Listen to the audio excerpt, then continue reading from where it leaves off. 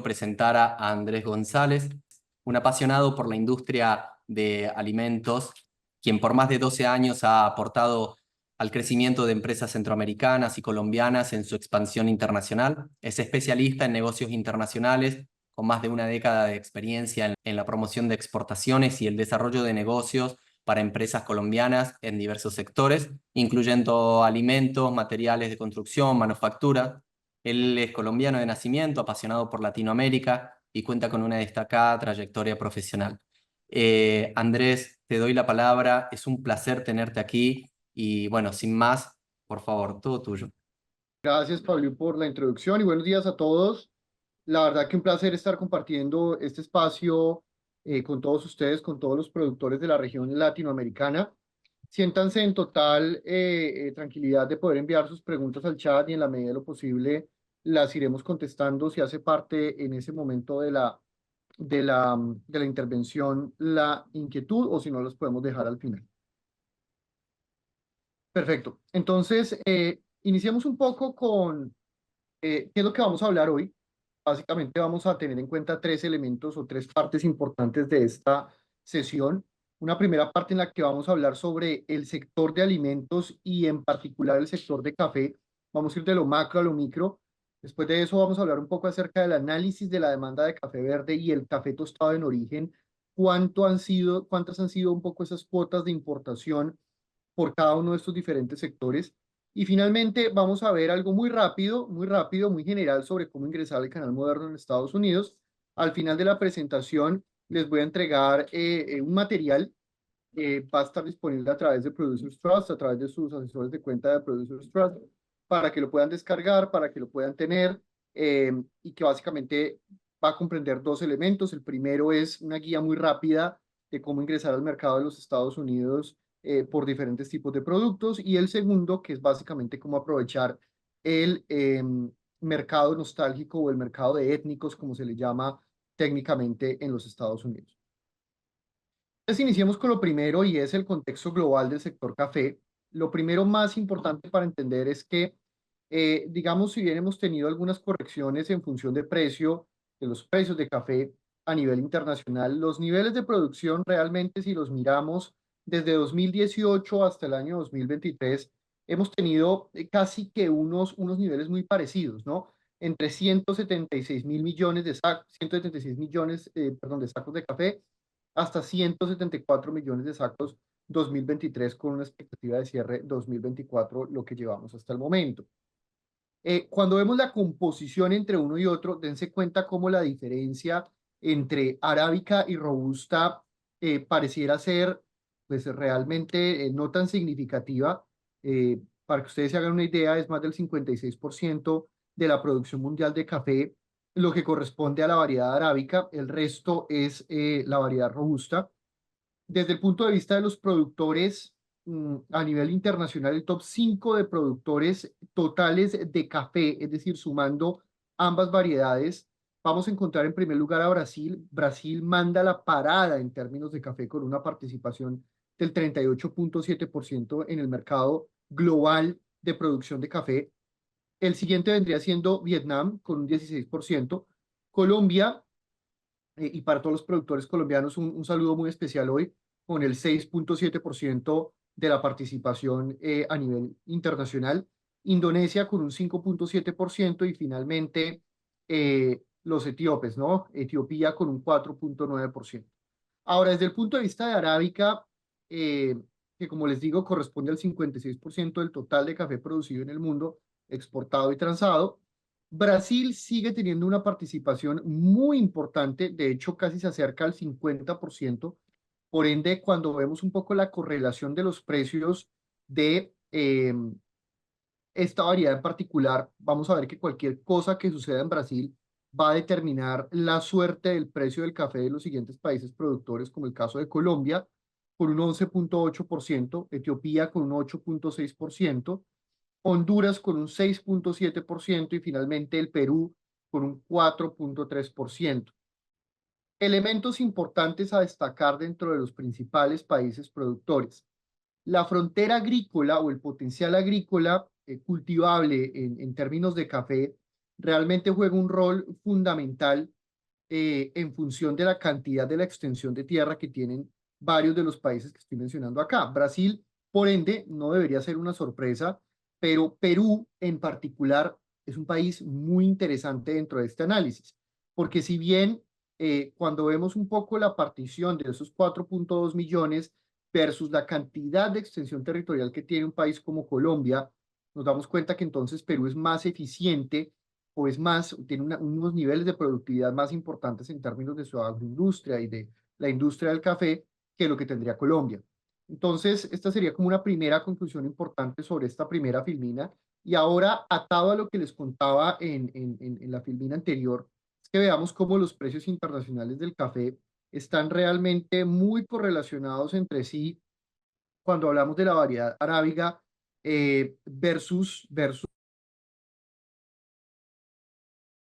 que tienen un comportamiento un poco distinto, pero de por sí vemos que en términos de los precios internacionales de café, a pesar de que en este caso en específico el suave colombiano o las variedades suaves colombianas han tenido realmente unos precios mucho más superiores a los del resto del mundo. Cuando digo el resto del mundo es el promedio comparable de los otros suaves de la variedad arábiga que se encuentran desde la tercera categoría, desde la tercera puesto hacia abajo, y luego los naturales del Brasil, que tienen un precio mucho más inferior a la variedad colombiana, que es una variedad café excelso premium, y por debajo los otros suaves. Entonces, dense cuenta cómo en el año 2011, perdón, tuvimos unos precios bastante altos, unos crecimientos en precios bastante altos, y luego para el año 2022 y un poco cierre de 2023 también tuvimos unos incrementos interesantes, sobre todo en 2022, un cierre muy parecido a lo que sucedió en el año 2011. Principalmente o la principal razón que motivó este incremento de precio durante 2023 y 2022 fue una mayor oferta de Brasil. Y esta mayor oferta, pues evidentemente generó una, no lo llamemos distorsión, pero sí definitivamente una corrección en los precios internacionales del café. Ahora, la demanda mundial de café verde en particular crece en Estados Unidos, crece en Europa, y fíjense cómo el top 5 de los importadores, que en este caso particular en los Estados Unidos ocupa el primer lugar con un 22.9%, será básicamente uno de las razones por las que vamos a hablar sobre el ingreso al mercado estadounidense y por qué capitalizar oportunidades en el mercado estadounidense versus otro tipo de mercados a nivel mundial. Tal vez Alemania con un porcentaje del 14.7 de participación en la demanda mundial de café pudiera también ser, o pudiera no, es sin lugar a duda también un cliente muy interesante para todos los productores que se encuentran hoy conectados. Cuando ya vemos en detalle otro tipo de mercados, como por ejemplo el caso de Italia, el caso de Bélgica, y lo vamos a ver un poco más adelante con el caso de Francia, aquí tenemos realmente unas plataformas de reexportación. Es decir, es un café que llega allí para ser tostado y que posterior a eso se le imprime una marca que es donde se agrega la mayor cantidad de margen y por ende, entre comillas, el valor agregado para la exportación. Esto lo que hace es que un poco como hemos debatido en otros foros, en otras sesiones anteriores junto a Producers Trust, es que realmente el margen de discreción o el margen con el que se queda el agricultor, el caficultor, el productor de cacao, el productor realmente en América Latina o en los países productores digamos, de esta matriz agrícola tan importante, no supera el 8% dentro de la cadena de valor total. Entonces, son unos elementos que nos ponen a pensar en función de qué deberíamos hacer para poder capitalizar mejores oportunidades desde el punto de vista de captura de ese margen o esa cadena de valor. Y es algo en lo que realmente países como el Perú, países como Colombia, el caso de Costa Rica también es bastante destacado, han tenido, digamos que un despertar en relación a la exportación de los derivados de café, el café tostado en origen versus el café verde, que es donde realmente se encuentra la mayor inyección de valor agregado y definitivamente una contribución marginal mucho más alta en función de todo lo que tiene que ver con el margen, pues o la rentabilidad, si se quiere, para los productores. Dentro del top 5 exportadores de café verde a nivel mundial, vemos el caso de Brasil con el 31%, Colombia con el 14.4%, Honduras con el 6.1%, Etiopía con el 5.5% y Perú con el 4.3%. Ahora, si pasamos a hablar, digamos, en contraste con la demanda mundial de derivados del café, la más importante y la que pesa en un 57%, estos son cifras, ojo, del año 2022, nos damos cuenta que el café tostado sin descafeinar tiene un 57% de participación total dentro de la demanda mundial de derivados del café, seguido por los extractos, esencias y concentrados de café utilizados para diversas industrias, no solamente de alimentos, sino también de productos cosméticos. Luego estarían las preparaciones a base de café, el café descafeinado sin tostar y el café tostado descafeinado sería el más pequeño con una cuota del 3%. Esto es un mercado total de 24.760 millones de dólares, lo que se entendería como 24 billones de dólares si se pasara esta cifra al inglés. Ahora, algo curioso que vemos en contraste o en relación con todo lo que tiene que ver con el café verde es que en el caso particular de los derivados del café, fíjense cómo el top 10 de los importadores de derivados de café son Estados Unidos, 13%, Francia, 10%, Alemania, 6%, el Reino Unido con el 4.6%, Canadá con el 4.2%, luego vienen otros países, incluyendo también a China, por supuesto, para una demanda importante en el mercado asiático. Y en contraste, los exportadores no necesariamente son países que tengan cultivos de café o que desarrollen, tengan un desarrollo importante en términos de tierra con capacidad de producción de café. Y cuando vemos realmente la composición de esta parte, sobre todo en los principales cinco, nos damos cuenta de algo que a uno le abre los ojos, ¿no?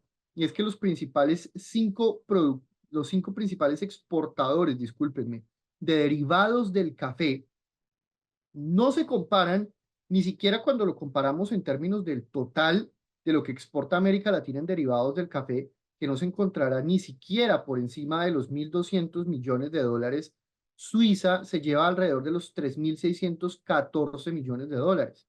Y fíjense que Suiza, un país con, digamos, unos elementos, unos factores productivos mucho más altos en función de la tierra, del trabajo, y digamos de los otros elementos relacionados con estos factores de producción, son muchísimo más altos en comparación con América Latina, pero aún así deciden inyectar valor o deciden generar una contribución dentro de la cadena de valor directamente desde Europa.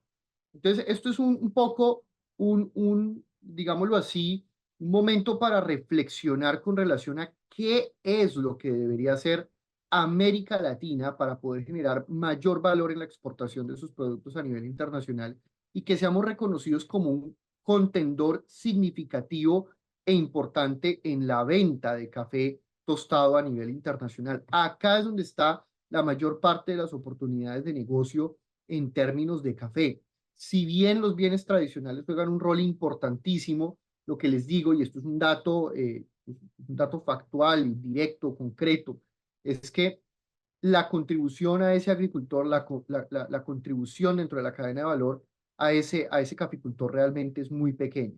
Entonces, nos pone a pensar de manera importante y más allá, viendo un poco la demanda y el comportamiento mundial de café, dense cuenta cómo se espera para el año 2028 tener una proyección que pues realmente ha crecido en alrededor de más de 1.300 millones de dólares versus 2018 a 2028, es decir, en una franja de 10 años hemos tenido un crecimiento anual compuesto del 6.5%, que realmente, digamos, nos permite a nosotros entender que hay una demanda constante y que está relacionada pues con algunos elementos que vamos a ver a continuación.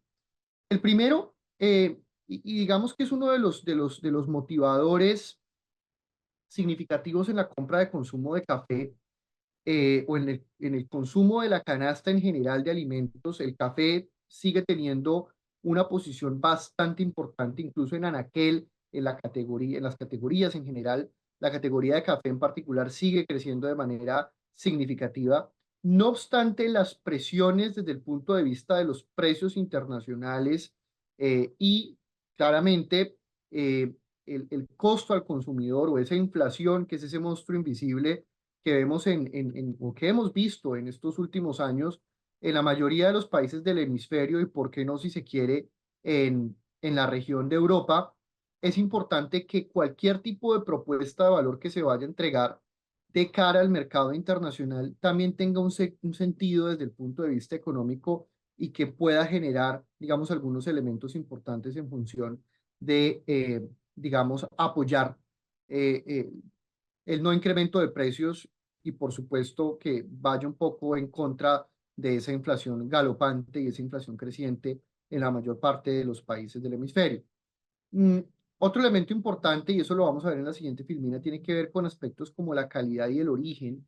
Entonces, es lograr un poco ese balance entre unos cafés de muy buena calidad, eh, donde un poco el consumidor ha tenido un cambio drástico en función de el conocimiento hacia el café, de, digamos, temas relacionados con la palatabilidad del café, con el concepto de taza, digamos que son elementos que han logrado generar una mejor familiarización sobre productos un poco más exigentes y que de una u otra forma sí se mezclan con temas de funcionabilidad, que es el caso de las bebidas funcionales, como lo vamos a ver también en la última filmina de esta primera parte de la intervención o de esta primera parte de la sesión, es que todos aquellos elementos que se logren incorporar dentro del café, que incorporen cosas como adaptógenos, que incorporen elementos como, por ejemplo,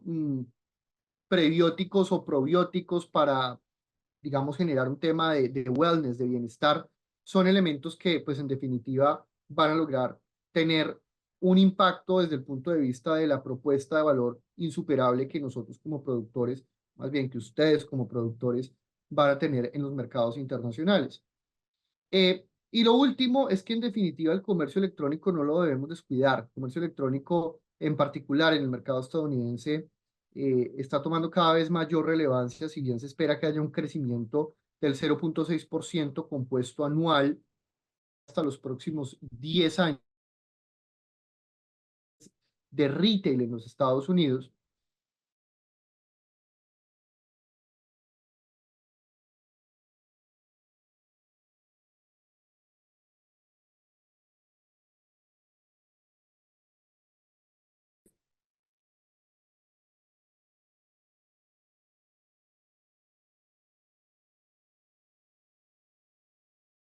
De este mercado electrónico y que por supuesto no suponga costos relacionados con intermediación o con movimiento, digamos, desde el punto de vista logístico, que podría encarecer de manera importante el precio en punto de venta de un café, por lo menos puesto en los Estados Unidos.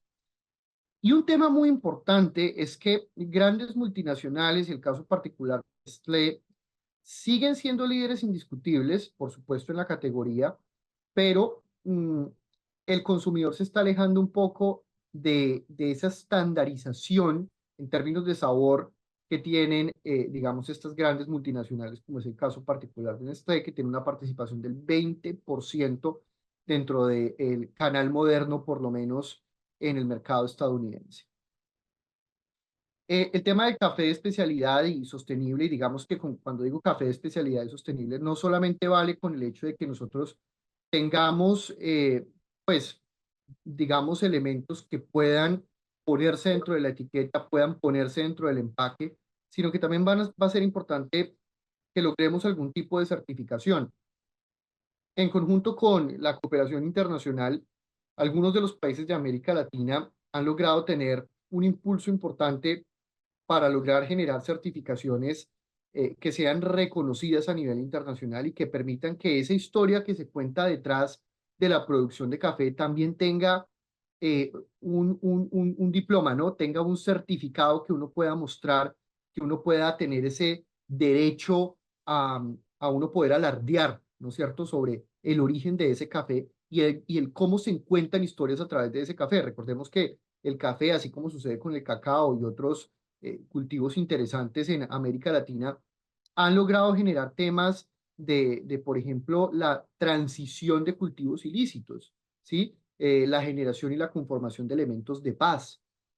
Entonces, son muchas, digamos, los elementos en función de cualquiera de los objetivos de desarrollo sostenible que nosotros podamos poner en función de la oferta, perdón, de la demanda internacional y cómo logramos nosotros traducir esto en mejores ganancias y en mejores rentabilidades para nuestras compañías. Esto es algo que ya sabemos, pero el cómo y el qué en particular sobre esos objetivos de desarrollo sostenible va a ser algo que tenemos que estudiar con mucho detalle. Sin embargo, todo lo relacionado con la protección del medio ambiente, el uso de los recursos desde el punto de vista de los recursos que se encuentran en escasez o que estarán en escasez en los próximos años, así como el uso de prácticas regenerativas y finalmente todo lo que tiene que ver con una compensación, eh, por lo menos si se quiere, digamos, con mejores condiciones de vida para los productores, pues permitirá que en últimas tengamos unas mejores posibilidades de insertarnos en estos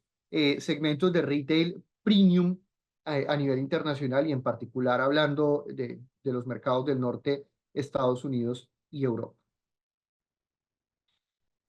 Un elemento que, digamos, nos debería poner a pensar es, teniendo en cuenta algunos elementos importantes como lo que les contaba al principio de la sesión, que la frontera agrícola, en función del cambio climático, se espera que se pierda la mitad del área de cultivo de café para el año 2050, que existen elementos relacionados con la presión sobre los métodos de producción actuales, digamos un poco de los predios de cultivo y de los caficultores per se, para la producción y digamos poder cotejar con esa demanda que existe actualmente en el mercado internacional. Lo único que nos deja es básicamente dos potenciales salidas importantes. El primero es que definitivamente tenemos que generar algún tipo de estrategias de cara a la diversificación para mitigar la escasez y también para poder tener cultivos que nos permitan a nosotros tener ingresos adicionales a lo que se espera un poco que sea esta pérdida de la mitad del área de cultivo de café para el año 2050, según Euromonitor. Lo otro, y que también es, digamos, entra a contribuir de manera importante en función de los elementos de presión inflacionaria, son una inclusión mayor de los granos de robusta sin que esto signifique una pérdida, por supuesto, dentro de la calidad de café, pero pues, inevitablemente es algo que pues, vamos a ver en algún punto. Y la adaptación a nuevas zonas de cultivo con mejores elementos tecnológicos, entonces cultivos en laboratorio o productos sin grano que de una u otra forma generen, digamos, unos elementos de mayor rentabilidad, mayor producción dentro, digamos, del predio caficultor y que tengan la capacidad de poder ser exportados a mercados digamos, una creciente y pujante demanda. Actualmente, para que nos demos cuenta, los consumidores gastan más de 200.000 millones de dólares anuales en la compra de café o en las transacciones relacionadas con café.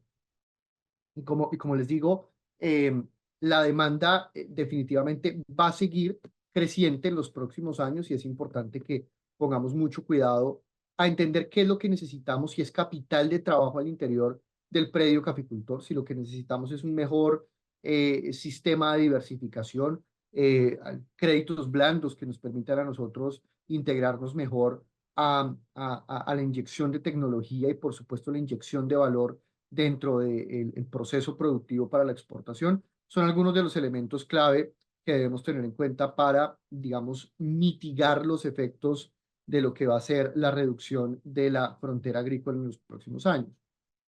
Y un elemento muy importante que, digamos, hace parte de la matriz agroindustrial de los países latinoamericanos tendrá que ver con, digamos, ese traspaso hacia un elemento o hacia una categoría que está en crecimiento, que crece alrededor del 35% en el retail estadounidense por lo menos, y que tiene que ver con ese ready to drink de bebidas frías. Todas esas bebidas frías listas para beber, listas para consumir y que cuenten con algunos elementos importantes relacionados con sabor, relacionados con trazabilidad, por supuesto, de dónde vienen los granos de café que están insertos dentro de esa bebida y, digamos, algunos elementos como el caso de Storybird que nos contaba Pablo, pueden llegar a ser, digamos, elementos que contribuyan definitivamente en el cumplimiento de esto que va a ser tan importante de cara al consumidor. Hoy día, fíjense cómo el consumidor, por lo menos en los Estados Unidos, el principal importador neto de alimentos del mundo, está cada vez más eh, enterado, cada vez más abocado, si se quiere, a buscar cuáles son esos elementos diferenciadores dentro de la etiqueta. Entonces, hoy en día el tiempo de permanencia de un usuario en el supermercado se ha incrementado de manera importante, sobre todo en función de esa lectura de las etiquetas. Parecería que estamos regresando a los orígenes, ¿no? Estamos regresando a los orígenes en donde queremos menores niveles de ingredientes, en donde queremos conocer la historia detrás de ese producto en particular y cómo realmente podemos contribuir nosotros como consumidores con la compra responsable de este tipo de productos, porque pues en última somos nosotros los que motivan la demanda internacional y por qué no la forma en cómo se concibe la producción y la oferta a nivel global.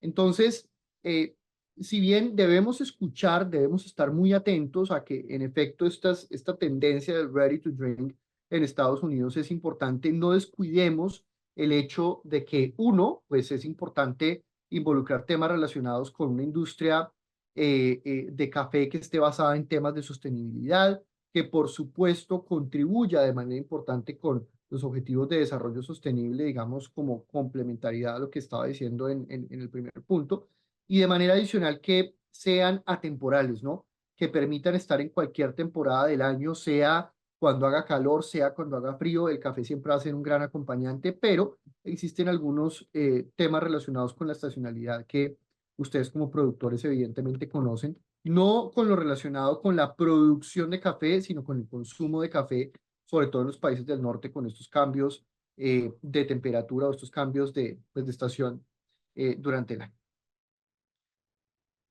Bueno, y ahora entonces, teniendo en cuenta lo anterior y conectando con el principal punto que nos trae a esta parte de la sesión, es que si bien el mercado, digamos, el mercado del norte, y para esto pues quiero hablar de Europa, de Canadá, de los Estados Unidos, son los que mandan la parada con relación a la importación de sus derivados de café y, por qué no, también de todo lo que tiene que ver con café verde y el ready to drink. Vamos a hablar en particular sobre las características relacionadas con el ingreso al canal moderno en los Estados Unidos para todos aquellos productores de derivados del café que se encuentran acompañándonos en la sesión de hoy y que estén muy pendientes a generar estrategias de exportación hacia el principal importador de alimentos del mundo, con base un poco en las cifras y lo que hemos sustentado hasta ahora. Lo primero es que entendamos el mapa total o el mapa global de las cuentas nacionales e independientes que tenemos en los Estados Unidos. Cuando digo las cuentas nacionales y cuando digo las cuentas independientes, no se asusten, ya voy a darles un poco de contexto sobre qué se trata uno y otro, cuál es la diferencia entre uno y otro.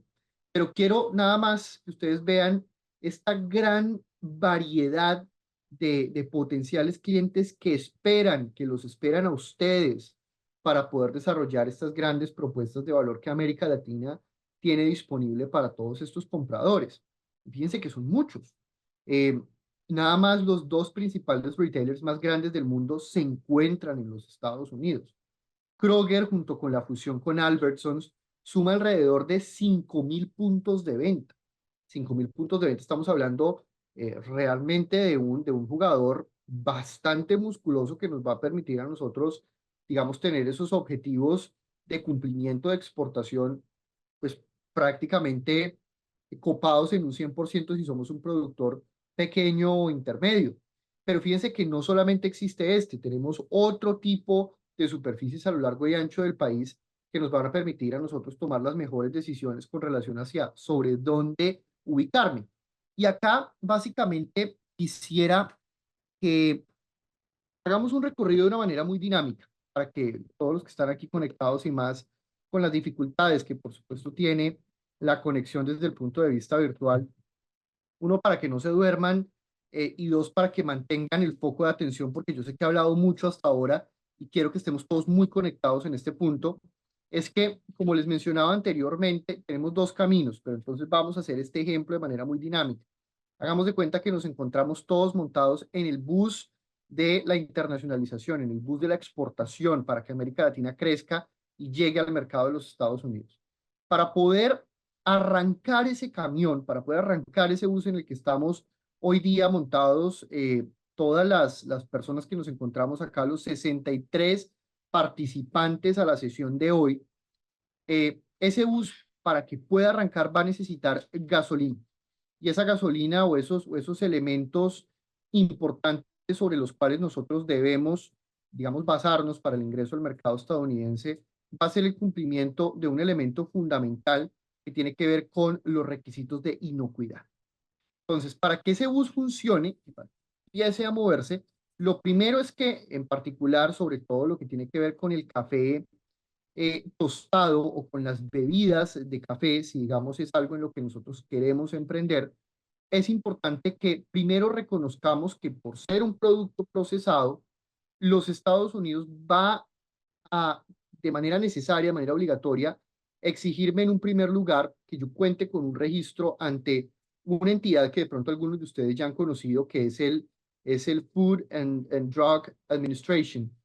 Esta es la FDA. La FDA básicamente es la autoridad sanitaria con competencia para poder admitir un producto en los Estados Unidos y que sea comercializado en el mercado, digamos que sin ningún tipo de inconveniente.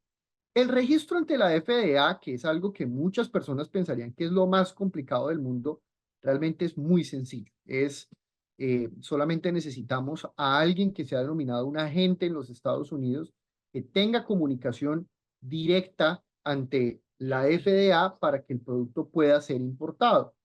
Un, un registro ante la FDA no debería tardar más de una hora, se realiza de manera online y ustedes al final se les va a entregar un número que va a ser el correspondiente a una base de datos internacional que se llama la base de datos de UNS, de Dun & Bradstreet, para que ustedes cuenten con su registro o su número de registro ante la FDA. Acá vamos a aclarar algunos mitos importantes para los productores latinoamericanos. La FDA no es ningún monstruo, primero. Dos, la FDA no aprueba ni rechaza a las plantas manufactureras en el exterior. En ningún momento lo hace. Solamente puede generar una no conformidad o puede llegar a generar algún tipo de proceso, a abrir algún tipo de proceso, si se llega a presentar algún elemento como contaminación o si existe, digamos, algún incumplimiento dentro de la matriz, que ya les voy a contar en la siguiente filmina, que tiene que ver con el cumplimiento del modelo de inocuidad con base en lo que emana la ley de modernización de alimentos, así como en todos nuestros países latinoamericanos tenemos una ley para que ingresen alimentos a nuestros mercados. En los Estados Unidos sucede lo mismo. Y si yo voy en contravía de eso, evidentemente voy a tener que generar unas acciones correctivas. A esto es lo que me refiero en función de esas sanciones. Y esas sanciones, pues, evidentemente, serán puestas no en función de la planta manufacturera por fuera de los Estados Unidos, sino en función de el importador en los Estados Unidos. Entonces, esa es la gran diferencia que existe entre exportar a este mercado y exportar a incluso otros mercados latinoamericanos. Y acá es donde viene el elemento más importante. Para poder inyectar esa gasolina a ese camión en el que nos vamos montados, debemos hacer un reconocimiento de un modelo de inocuidad que nos permita tener una planta que cumpla con los 6 pasos del modelo de inocuidad conocido como el modelo de controles preventivos. Y ustedes se preguntarán de qué trata eso. Entonces vamos a hacer un ejemplo muy rápido con estos 6 pasos que básicamente nos cuentan un poco cómo es el modelo de controles preventivos. En una primera etapa, vamos a reconocer los riesgos. Vamos a hacer un análisis de riesgos dentro del proceso de manufactura. Digamos que nosotros somos una planta procesadora de café tostado y de bebidas que incluso pueden contener algún tipo de bebida láctea, discúlpenme, con café. Y lo que vamos a analizar es el riesgo de la presencia de patógenos. Ese riesgo de presencia de patógenos, digamos que lo vamos a poner dentro del segundo elemento, que son los controles preventivos. Los controles preventivos serán por ejemplo, poner la leche o poner el producto derivado lácteo y el derivado de café a cierta temperatura durante cierto tiempo. Esto nos va a permitir a nosotros que bajo un cierto proceso de pasteurización, si se quiere, se logre eliminar la presencia de patógenos dentro de esa preparación. El siguiente elemento será reconocer, evidentemente, durante el tiempo y la temperatura que se cuente con la bitácora y si se quiere el log en específico para uno poder demostrarlo dentro del plan de inocuidad. Luego de esto, en el punto cuarto, estarán las acciones correctivas en caso de que por alguna razón el silo de producción se dañe o nosotros tengamos algún inconveniente dentro del silo de producción, generemos alguna acción correctiva tendiente, evidentemente, hacia, digamos, mitigar algún riesgo relacionado con la presencia de patógenos. Luego vendría la parte de verificación, en donde, digamos, haríamos una segunda revisión y finalmente guardar esa bitácora. Esto es importante para todas las empresas interesadas en exportar al mercado estadounidense porque se debe cumplir de manera sine qua non con este modelo de controles preventivos. Para el caso particular de los alimentos que están acá no aplica ninguna de estas secciones. Sin embargo, será importante que revisemos la residualidad de pesticidas, de metales pesados, como sucede en el caso de cacao, los contaminantes químicos y toxinas naturales dentro del proceso de manufactura y producción, de tal forma que se encuentren por fuera de aquellos elementos contaminantes que no permite el mercado estadounidense. Y después de esto vendrá, digamos, dentro de ese camión, la placa, y esa placa será esa etiqueta para que el producto procesado pudiera ingresar al mercado estadounidense. La etiqueta en los Estados Unidos, a diferencia de la etiqueta que se conoce por ejemplo, en Centroamérica o en algunos países latinoamericanos, es que no está armonizada con ningún otro país, ni con el reglamento técnico centroamericano, ni con el reglamento técnico europeo, nada de eso. Realmente acá vamos a tener que empezar con una etiqueta desde cero. Cuando tenemos esa etiqueta, es decir, la placa de ese camión, tenemos la gasolina puesta para poder andar ese camión, ya podemos entrar en circulación, entramos en territorio estadounidense y el siguiente elemento, dependiendo el camino sobre el cual yo vaya a tomar, recordemos que tenemos dos caminos, o las cadenas nacionales grandes, como el caso de Walmart, Kroger, Costco, que se encuentran a lo largo y ancho del país, como las cadenas independientes un poco más pequeñas, que se encuentran digamos, en alguna región en específico, o en algún estado, o en alguna municipalidad en particular dentro del territorio estadounidense, realmente la diferencia entre uno y otro va a ser crucial. Entonces, digamos que vamos a tomar un giro a la izquierda y nos vamos a ir para las cadenas nacionales. Yo con mi producto de café voy a decidir montarme en este camión y hacer un giro a la izquierda en las cadenas nacionales. Aquí lo primero que voy a tener en cuenta, o lo primero que debo tener en cuenta, es que me van a exigir un primer peaje. Entonces, llego con ese camión y mi primer peaje estará relacionado con las certificaciones dentro del estándar GFSI, que básicamente esto quiere decir Global Food Safety Initiative, y que es un benchmark o es un comparable de certificaciones de inocuidad a nivel internacional, dentro de las cuales destacan cuatro para lo que tenemos acá, que son la BRC, la FSC 22000, la IFS y la SQF, que básicamente son mucho más elevadas que el modelo de controles preventivos, son mucho más elevadas que un estándar HACCP, y realmente es como si nosotros estuviéramos hablando de certificaciones tipo el Ferrari de la inocuidad, ¿no? El Bugatti, si se quiere, para los que les gustan los carros, el Bugatti de la inocuidad. Y no como lo que puede ser un HACCP o una certificación menor, que pues básicamente sería como el Chevrolet, ¿no? De la inocuidad. Cuando continuamos, digamos, dentro de este recorrido y vamos en este camión hacia la segunda parte, nos vamos a encontrar con un tema relacionado con las cuentas nacionales para las auditorías sociales. Las auditorías sociales son importantes, sobre todo porque, digamos, hay temas de carácter reputacional en el mercado estadounidense que es importante uno mitigar antes de poder ingresar. La principal auditoría social que existe en el mundo se denomina SMETA. Tiene cuatro pilares. El primero es el ambiente laboral, salud y seguridad. El segundo son los estándares de trabajo. El siguiente es, digamos, la protección al medio ambiente.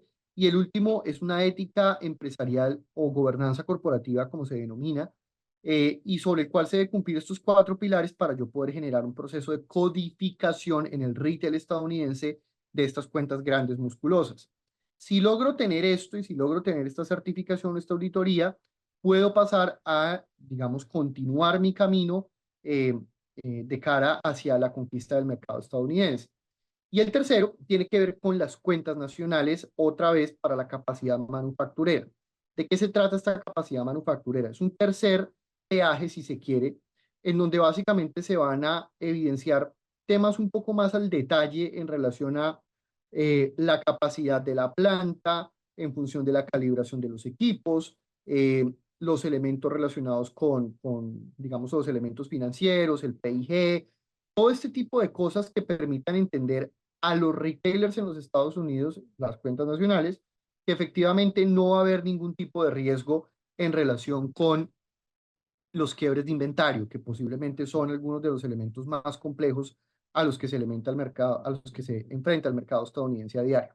¿Qué es un quiebre de inventario? Para aquellos que no están familiarizados con este término, es básicamente una baja de suministro, una baja, digamos, de producto que se encuentre pues en los centros de distribución o en las góndolas de los minoristas en cualquier mercado, y que básicamente lo que va a permitir o lo que va a generar es evidentemente unas pérdidas importantes diarias en función de los productos que, pues digamos, se comercializan en estas superficies.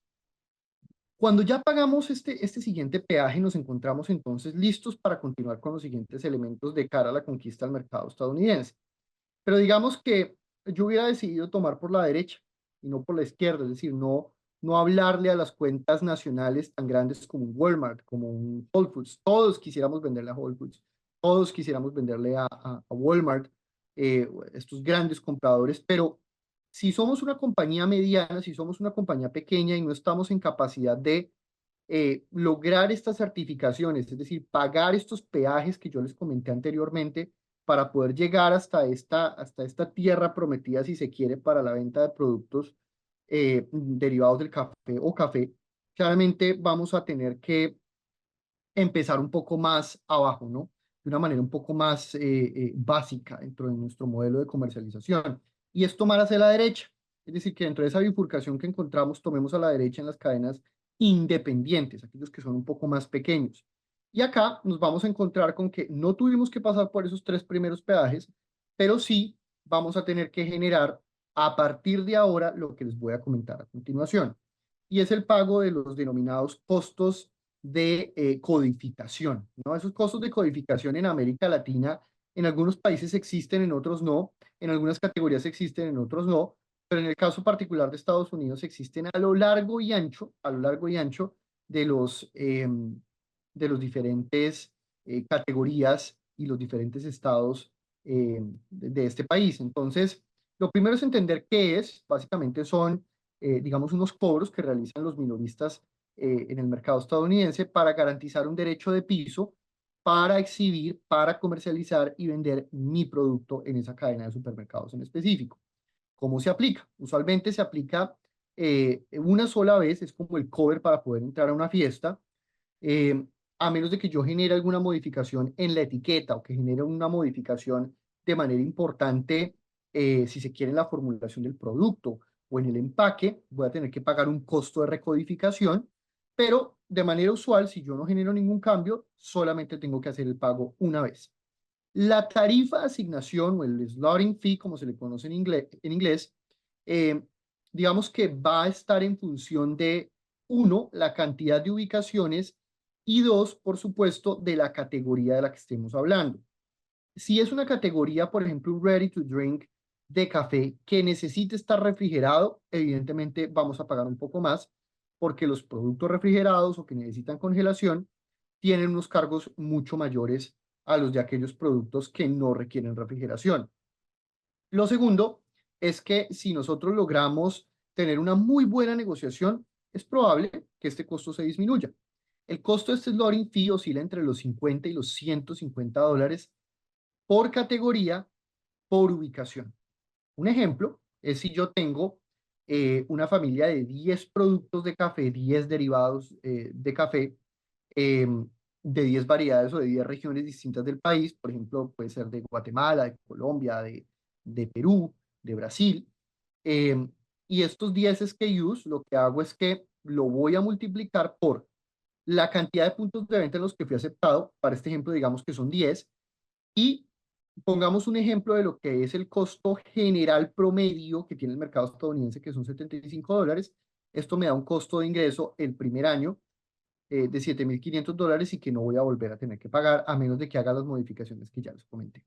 Entonces, lo primero que vamos a tener en cuenta, y evidentemente es una de las erogaciones o es uno de los gastos que vamos a tener que generar dentro de nuestra matriz de ingreso al mercado estadounidense para que no vayamos a tener sorpresas más adelante.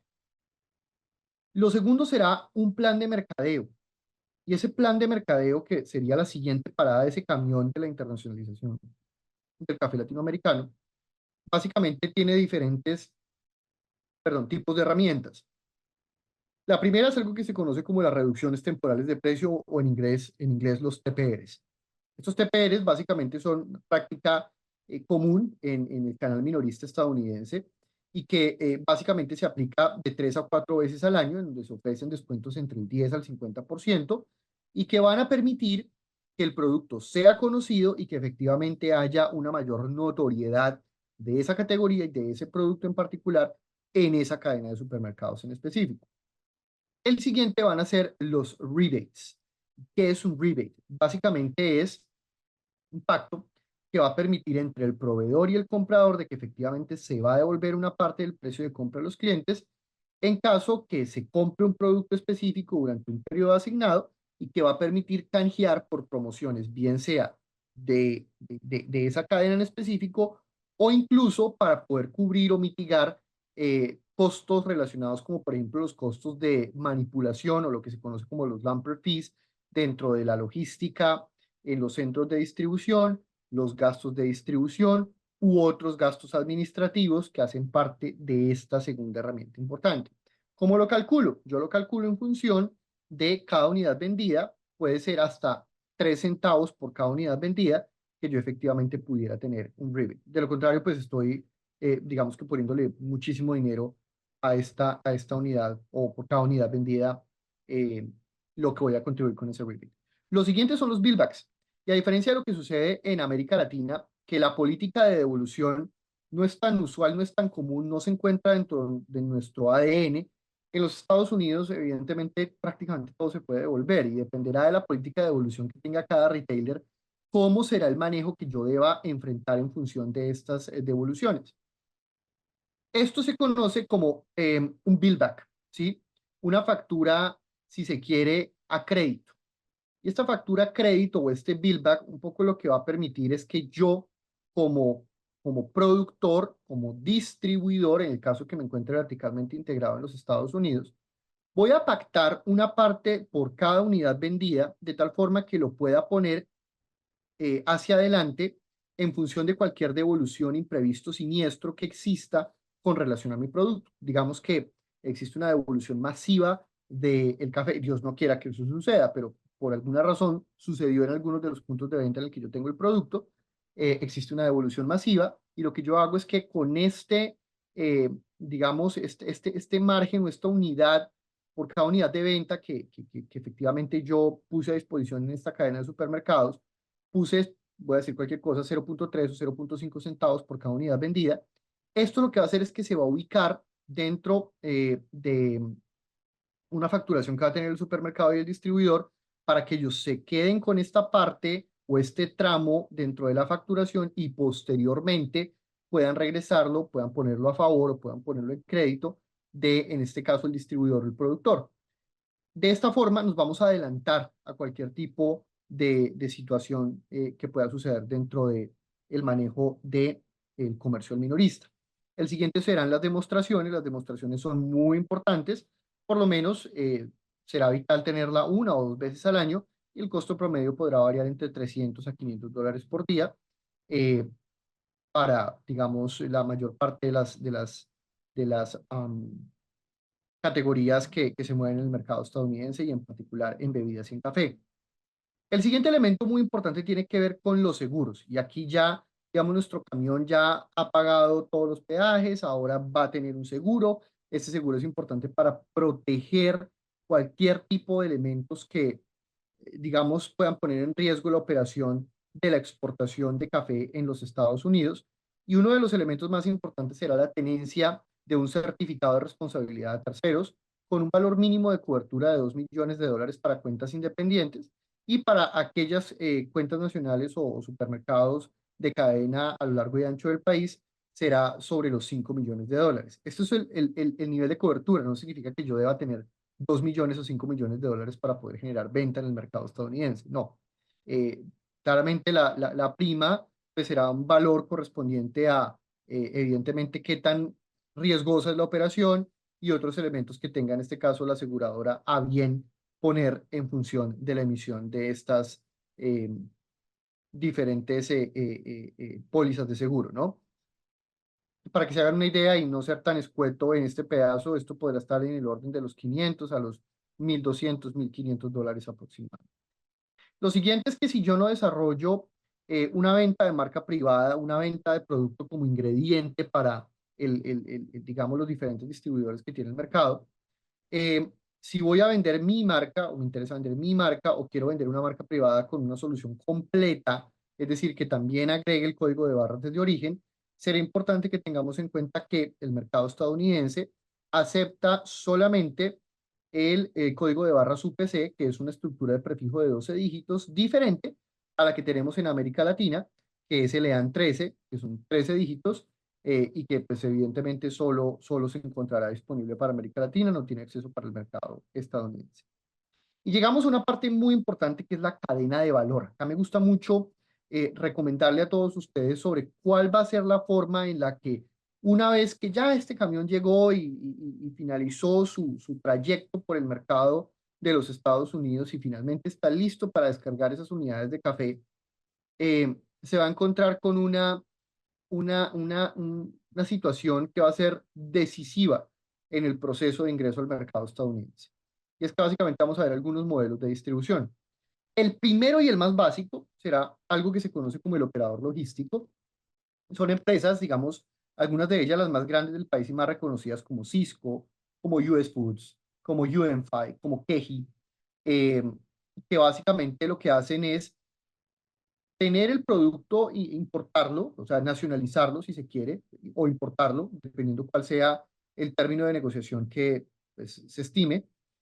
Después de eso, se va a tener custodia del producto en un centro de almacenamiento y finalmente va a ser transportado a un centro de distribución. Ustedes se preguntarán por qué les digo esto si esta es la figura tradicional de un operador logístico, un distribuidor. Resulta que ellos, este operador logístico, que es el básico, el servicio más básico que existe para movilizar mis productos de café o derivados de café en el mercado estadounidense, eh, no me va a conseguir clientes. O sea, el costo de adquisición de clientes va a estar en responsabilidad o en manos, en este caso en específico, de los productores o de la empresa distribuidora en Estados Unidos que represente a sus compañías en el mercado estadounidense. Será cuestión de él, ellos no me van a conseguir a mis clientes.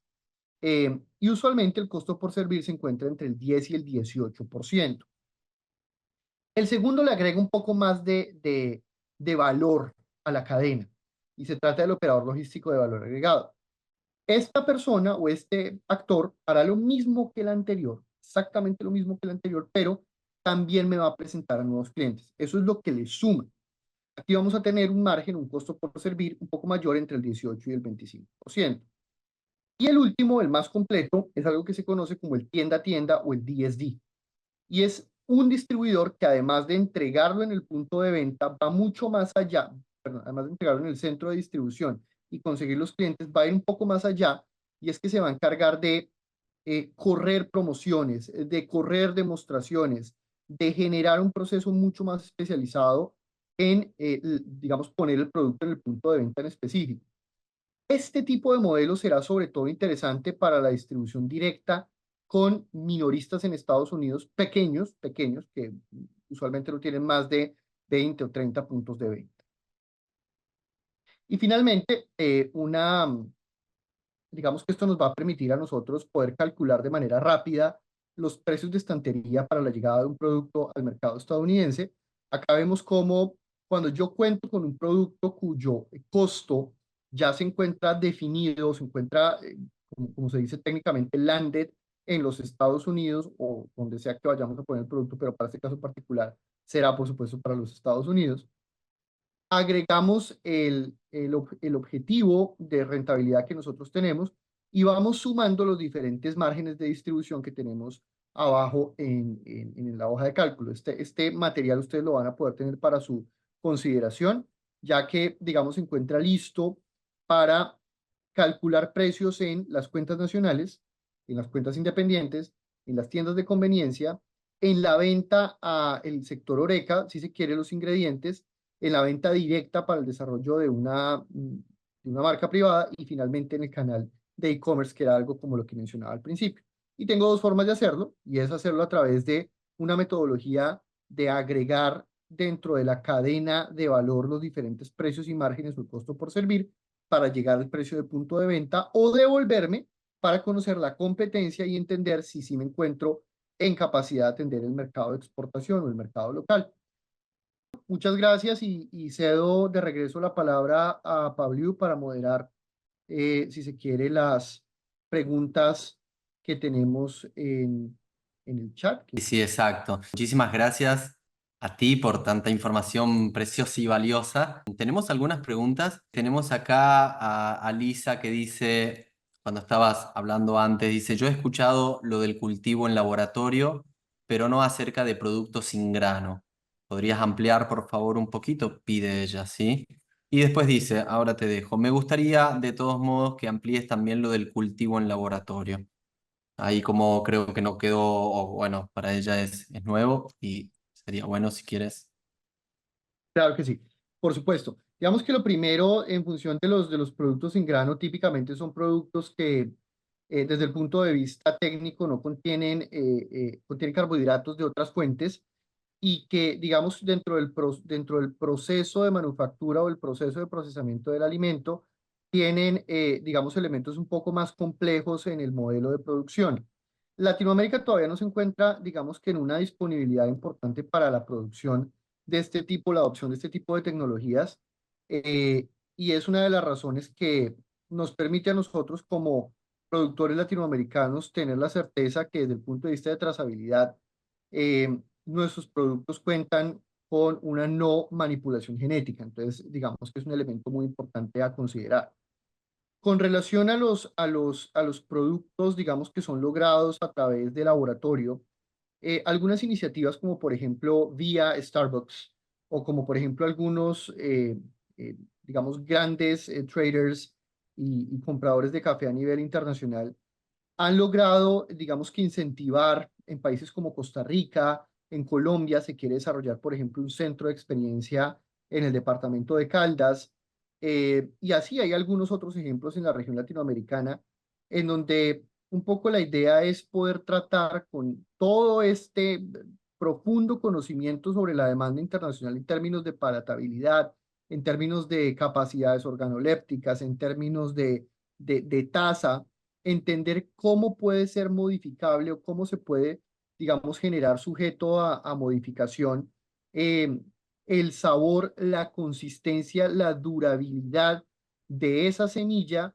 a largo plazo y evidentemente que también que tenga un impacto desde el punto de vista agrícola. Claramente lo que no queremos es hacer una modificación genética, pero en la mayoría de los casos es lo que va a suceder con estas pruebas de laboratorio. O sea, son básicamente, digamos, modificaciones dentro de la matriz genética que van a permitir que haya una recodificación, si se quiere, de los elementos precursores que hacen parte de esa semilla para que evidentemente haya un cambio al final en términos de sabor, que es lo que principalmente se estila para este tipo de cosas. Pero evidentemente la mayor parte de los elementos relacionados con tecnología de laboratorio pues vendrán de inversión, sobre todo inversión internacional.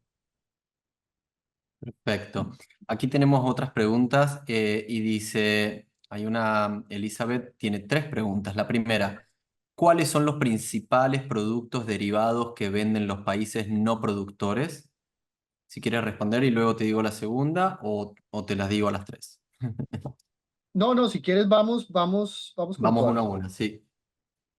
Listo. Entonces, bueno, lo primero con relación a los principales productos derivados que venden los países no productores. Elizabeth, muy buena pregunta. Acá existen varias cosas. Digamos, el café como lo vemos en liofilización, ha sido tal vez uno de los productos que más ha logrado tener acogida en el mercado internacional.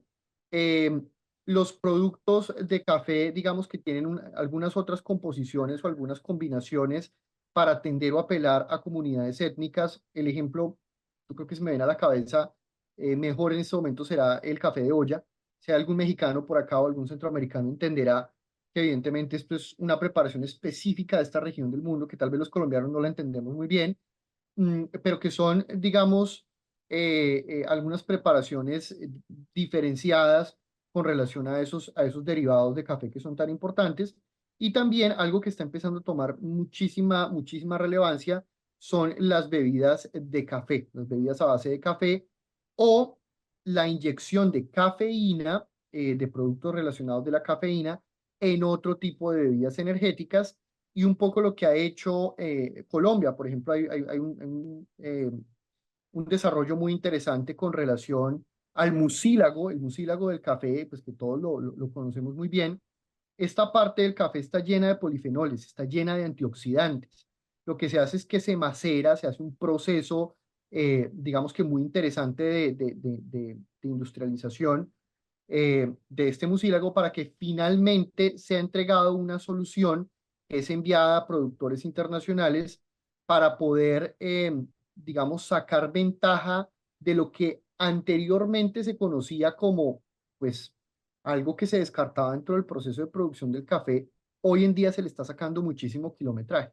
Entonces, esto es todo un poco lo que tiene que ver con esa matriz un poco de mejor rentabilidad. Sería como lo primero.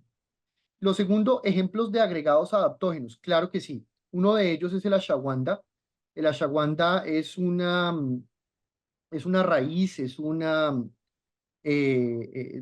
encuentra principalmente en América Latina, eh, así como algunos superfoods, como por ejemplo los hongos, que al ser puestos en ciertas composiciones, por supuesto, con su respectiva revisión bromatológica y con su respectiva revisión de laboratorio, podrán entrar en concomitancia en el modelo de producción para efectivamente mitigar elementos como, por ejemplo, no sé, temas de estrés, temas de ansiedad, temas relacionados con la mayor penetración de antioxidantes en el cuerpo, que es un poco lo que tiene el café.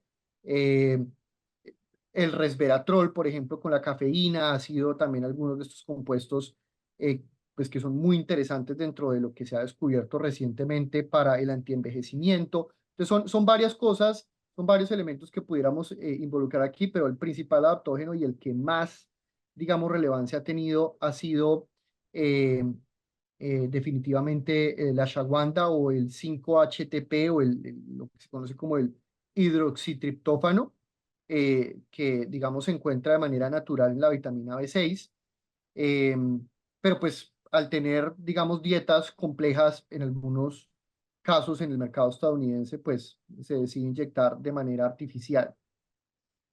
¿Puede mencionar ejemplos de estas empresas y sus productos respecto a las dos preguntas anteriores? Claro. Por ejemplo, tenemos el caso de Califia Farms. Califia Farms es un productor sobre todo productos derivados lácteos, productos derivados de lácteos de avena que han incorporado ciertas cafeínas, ciertos polifenoles dentro de sus preparaciones para hacer el producto muchísimo más atractivo para la venta. Y existen muchos más, en definitiva, existen muchos más. Las grandes corporaciones de café en los Estados Unidos lo han hecho. Incluso lo que se pone en retail por ejemplo, de café Ustel o lo que hace un poco Starbucks, pues en definitiva son algunos de los ejemplos que pudiéramos nosotros mencionar. Consulta, por favor, dice Karina Pablo. Sí, consulta por favor, si tengo café tostado y molido de Perú, que ya cuenta con registro sanitario y deseo exportar a Estados Unidos, ¿qué requisitos debo tener previamente aprobado en este país, FDA y aduanas? Súper buena pregunta. Yo creo que esto se va a contestar de manera muy rápida en la guía que, que les comparto en la presentación. Déjenme, trato de llegar a esa parte final, porque digamos es un recorrido muy interesante. Digamos que aparte de lo que vimos hoy con relación al modelo de controles preventivos, existe, en un segundo voy a tratar de llegar hasta allá. Existe el cumplimiento del modelo de etiquetado. El modelo de etiquetado, afortunadamente para el café, señores, señoras y señores, no tiene una obligatoriedad importante porque es reconocido como un producto,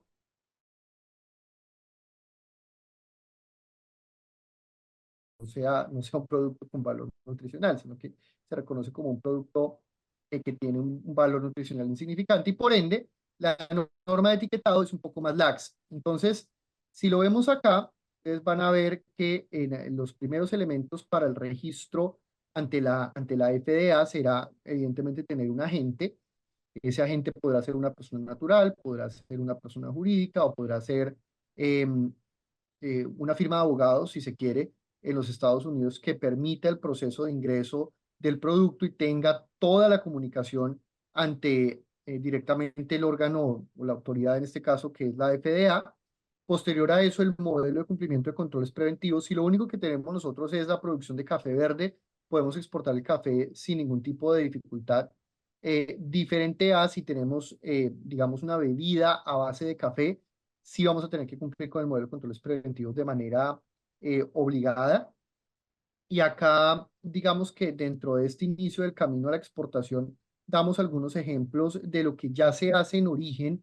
Claramente, como todos los países latinoamericanos, tienen diferencias importantes entre uno y otro en el modelo de exportación. En el caso, por ejemplo, de México será con la COFEPRIS, en el caso de Panamá será con el Ministerio de Salud y Asistencia Social, perdón, con el Ministerio de Salud, o el caso de Guatemala con el Ministerio de Salud Pública y Asistencia Social de Guatemala, el caso de Colombia será con el INVIMA. Entonces, cada uno de los diferentes países deberán acercarse a realizar su proceso como inscripción en lo que de manera homologada sería como esa ventana de atención al exportador para posteriormente hacer el registro ante la FDA, cumplir el modelo de controles preventivos, tener un número de registro de UNS, que digamos es un tema muy importante, y después de eso, si dependiendo del modelo de negocio o no, tener la etiqueta o no tenerla, si lo que voy a hacer es distribuir al canal Oreca o al canal de Food Service, y posterior a eso conocer las preferencias arancelarias. Muy buena noticia es que la mayor parte de los países de América Latina, y en esta guía hemos mostrado cuáles son esos países que tienen un tratado de libre comercio con los Estados Unidos, en donde la mayor parte de la nomenclatura arancelaria se encuentra desgravada y va a permitir que efectivamente ustedes como productores tengan la posibilidad de tener una tarifa valor cero, que pues en últimas los va a poner a ustedes en un marco de competitividad muy importante.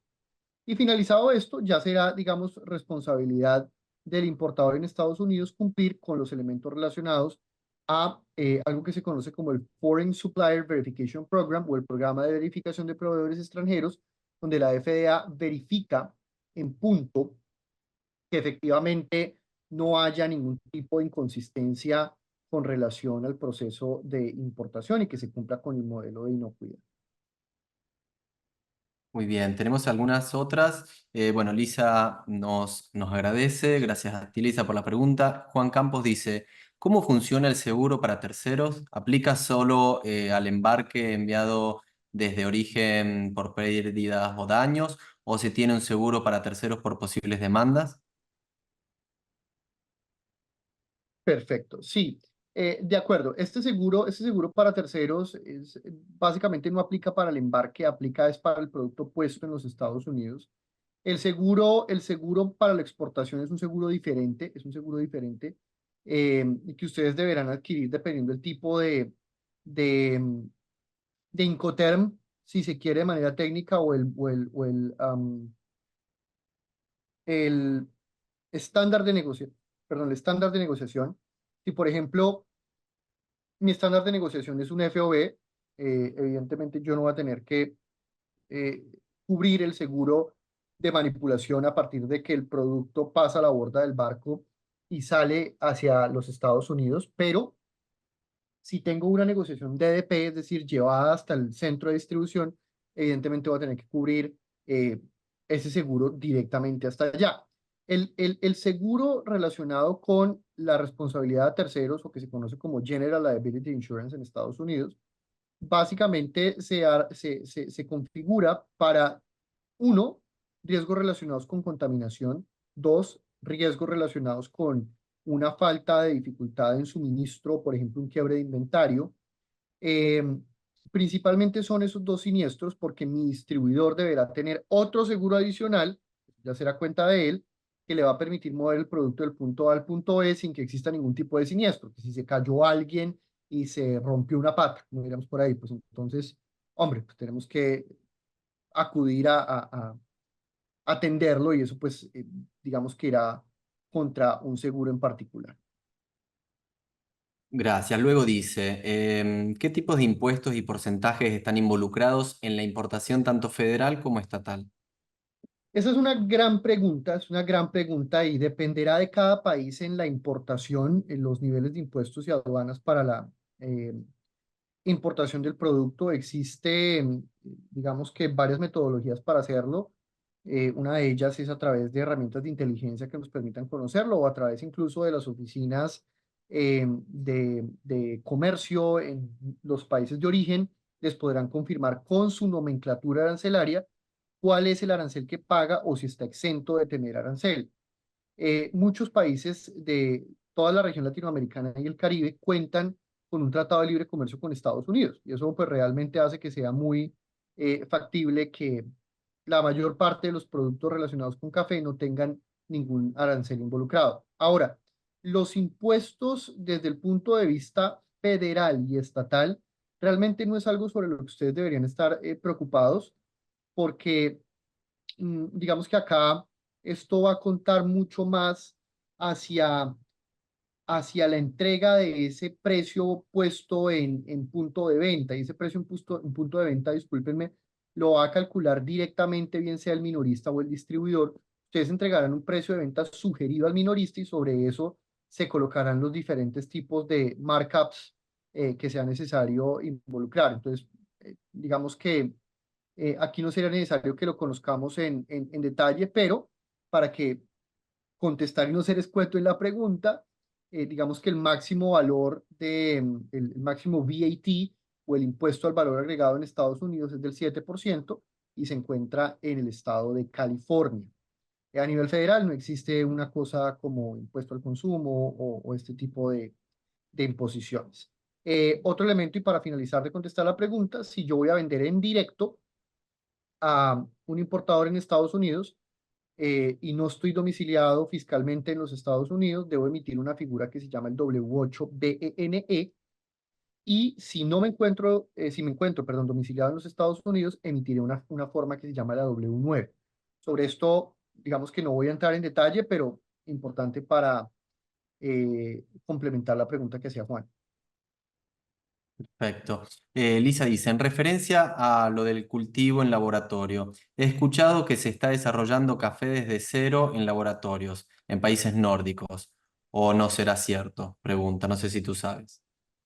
Pues eso es cierto, y de hecho la mayor parte de los países nórdicos, Suiza, Alemania, Italia, han tenido grandes contribuciones específicamente con esto que es tan polémico, am, para la posterior venta de esas semillas, ¿no? Entonces, la respuesta es sí, la respuesta es sí, y pues es algo a lo que nos vemos enfrentados hoy día, eh, digamos que en esta producción del café, sin que eso signifique, porque claramente, digamos que esta manipulación va a estar orientada sobre todo hacia temas relacionados con la semilla, pero la producción como tal necesitará pues unas cantidades importantes de tierra para poner a rodar el proyecto. Mm, exacto. Dice Elizabeth, respecto al tema de exportación a Estados Unidos, ¿sí podrías decirnos el precio aproximado de registro en la FDA? Eso como punto número uno. Y si Si quieres, quieres, vamos contestando entonces uno por uno. El sí. primero, precio aproximado del resto de la FDA, es totalmente gratuito, totalmente gratuito. Si ustedes quieren tener la figura de un consultor o alguien que los apoye, realmente los costos pueden ser tan locos como ustedes quieran. como tan económicos como 500, $400 con una firma consultora en Estados Unidos, pero señores, esto se puede hacer muy sencillo y es totalmente gratuito. Perfecto. Punto 2, para las rutas de las dos cadenas. Los pasos que indicó solo se cumplen cuando tenemos una planta propia o también se puede lograr con la planta donde hacemos la maquilla. Excelente pregunta. Si mi operación es propia, debo cumplir evidentemente todos los pasos. Si mi operación no es propia, lo único que voy a mm, omitir será la parte relacionada con el registro ante la FDA, uno, y dos, con respecto a la norma de etiquetado, porque pues la norma de etiquetado se hará, digamos, desde el origen en la planta y ustedes ordenarán que efectivamente se haga conforme al cumplimiento de la Ley de Modernización de Alimentos. Ahora, ahora, si el producto pasa por manipulación de ustedes, es decir, cuando digo manipulación es que ustedes lo almacenen por más de cierto tiempo. Dos, ustedes hagan un retiquetado en su bodega. Tres, ustedes hagan un reempacado en su bodega. Si hay alguno de estos tres elementos, el registro ante la FDA también tendrán que hacerlo de manera obligatoria. De lo contrario, se omitiría solamente el primer paso y el resto se mantendrá igual. Perfecto. Y bueno, Juan Pacheco hace un comentario, dice, suena complejo, no sé a qué se refiere, pero en general tengo fe que como aprender a andar en bicicleta. Cuando lo logremos una vez será mucho más fácil luego. Nosotros como caficultores tenemos que aprender estos procesos para manejar nuestros propios futuros y no depender de los precios bajos que siempre nos pagan por nuestro café y cacao. Yo estoy de acuerdo, absolutamente.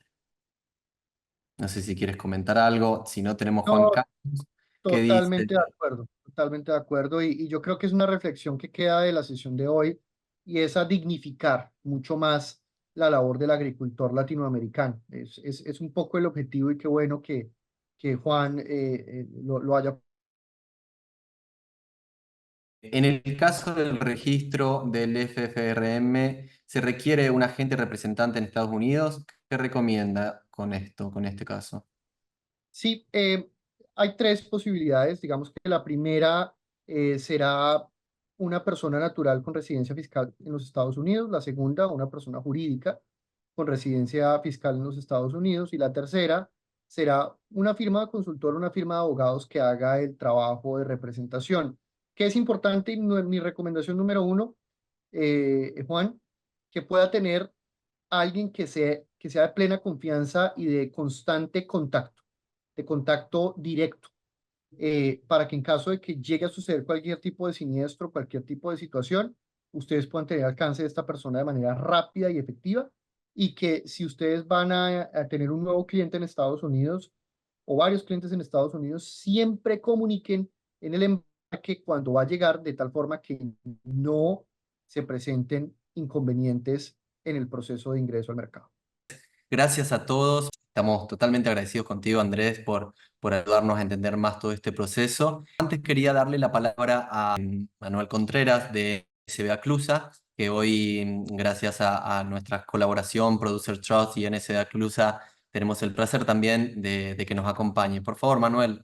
Muchas gracias. No, para nosotros es un gusto de veras este tipo de actividades y lo que están dejando para nuestros productores.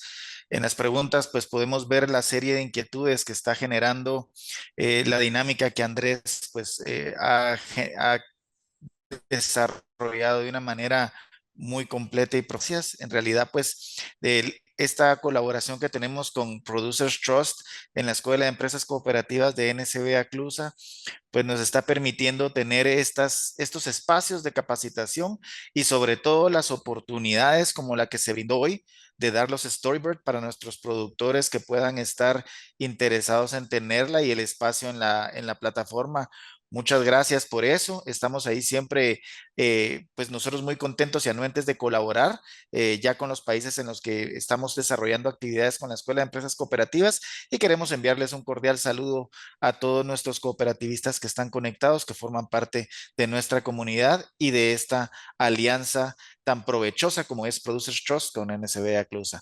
Muchas gracias por el espacio. Agradecido con NSA Clusa, contigo, Manuel. Gracias, Andrés, de nuevo. Gracias, Azul. Damos por concluido la sesión de hoy. Ha sido muy, muy enriquecedor. Perfecto. Muchísimas gracias. Muchísimas Que tengan un gracias. hermoso día. Gracias, Andrés, de nuevo. Muchas gracias, de Gracias a verdad. ustedes. Un buen día.